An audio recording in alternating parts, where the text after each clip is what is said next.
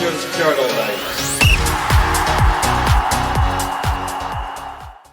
Hello and welcome to the Rangers Journal. My name is Kai Watson and welcome to episode 2 of 3 players to watch from the Euros. Today we're going to look at Group B. So Group B contains Spain, Italy, Albania and Croatia. Not going to lie, it's quite difficult to get players from this group, but I do have three I think could potentially be realistic targets. Players in positions that we could look to improve, and again, players that could definitely improve the Rangers squad. So let's get started. The first player we're going to look at today is Mario Mataj, a 20-year-old Albanian, 6'1", currently plays for Lokomotiv Moscow. Transfer market valued at 1.3 million. Looking at his key stats from last season, 21 appearances, 12 from the start, 85.7% pass accuracy, 62.5% long ball accuracy, 1.26 chances created per 90, 62.5 dribble success per 90, 81.8% tackles won per 90, 6.48 recoveries per 90 and 48% duels won. And looking at the graphic on the right hand side, you can see he can play left back or as a six. So he actually ended the season mostly playing as a six, and again played left back throughout the season. So we're looking at a versatile player here. He's young, energetic, and bomb up and down the line. Can create chances, gets stuck in. He's got good defensive numbers, decent numbers going forward. Didn't actually manage any goals or assists last season, but I think swapping between both positions, you can kind of understand that. And he's still creating 1.26 chances per 90, so he's still able to create. The dribble numbers are good. Again, decent going forward. Defensively is where he kind of thrives in that defensive six role. But obviously, left footer. So there's just something about left footed players that makes them that wee bit different. It adds balance to the team being able to play a left footed player on the left hand side, especially for kind of being deeper in the midfield or at left back. So a really interesting player. Apparently had been linked to Man United and Juventus. Nothing has ever come of that. So again, obviously transfer market valued at 1.3 million. It'd be interesting to see what he does go for. I think he's an interesting player with a lot of potential and one I'll be excited to see at the Euros.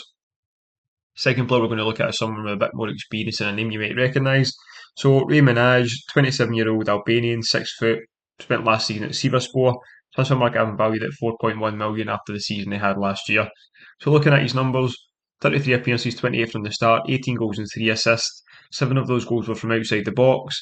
119 minutes per goal contribution, a 17% conversion rate, fouled 3.16 times per 90, 46% duels won and 42.8% duels won. If you're thinking you recognise the name, it's potentially from being a former football manager wonder kid or the fact that he's been at Watford recently. Obviously didn't work out there, but he went to Turkey to play with Sivasspor and he's had a brilliant season last year. Obviously the 18 goals, 17% conversion rate. It's better than Desser's, not quite as good as Shanklin, but it's better than what we've had at the club. 7 goals from outside the box is also really impressive as well when you look at having 18 goals. 11 of them obviously come inside the box, but 7 from outside kind of shows the technical ability of the player and the ability to have shots from range. Technically, Minaj is a very good player. Like I say, you can see that from the ability to score from outside the area. Also, quite decent at creating chances. He managed to get 3 assists, probably could have had a few more. But technically, very good. He holds up the ball well. He's not going to be the type of striker that bursts in behind or uses his pace or goes and beats 2 and 3 players. But he's a good finisher, puts himself in good positions. He knows where to be. He's a nightmare for defenders, just gets in and about them. A good option again might be quite expensive, but I think it would be an upgrade on Dessers.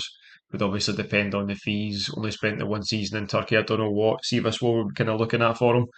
But in terms of adding a bit more experience and adding a striker of quality, I think Minaj is a brilliant option. Third and final player we're going to look at today is Marko Pasalic, 23-year-old Croatian, he's 5'10", currently plays for Vienna. Transfer market and valued at 3.2 million. Looking at his key stats from last season, 30 appearances, 26 from the start, got 6 goals and 2 assists, 259 minutes per goal contribution, 1.2 key passes per game, 56% dribble success, fouls 0.6 times, puts in 1.5 tackles per game and wins 50% of duels. So the last couple of numbers can kind of tell you the graph that he puts in on the defensive end as well, not just an attacking player, can contribute going backwards as well. So as a left-footed right winger, can see strengths on the right-hand side listed as long shots and consistency. Obviously, a 7.12 average rating from SofaScore over the last 12 months. He's not a guaranteed starter for Croatia. He did come off the bench in their friendly against North Macedonia and managed to get a goal. Didn't come off the bench against Portugal, but I do think he's a bit of a different option that they have. Just that ability to cut inside and play off the right. Not a rapid player, a decent bit of pace, good burst of pace, really good on the ball. Can beat a man, can cut inside and get a shot away. I think he's a good option for Croatia to have. Like I said, I'm not sure how many minutes he's actually going to get, but doing this list was kind of tough. Like I said at the start, going through teams like Croatia, even you look at the Albanians. The Albanians have got a lot of players that play in Serie A and play in Germany.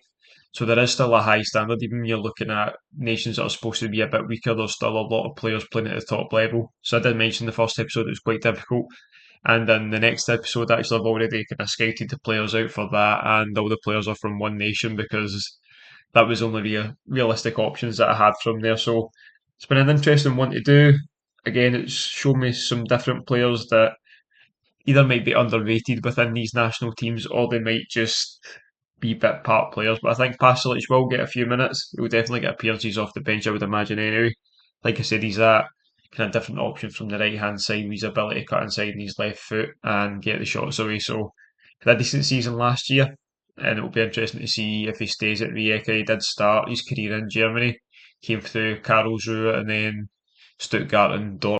He's obviously got a bit of ability about him. Like you said, he's technically a very good player, so it'll be interesting to see how many, if any, minutes he gets for Croatia during the Euros.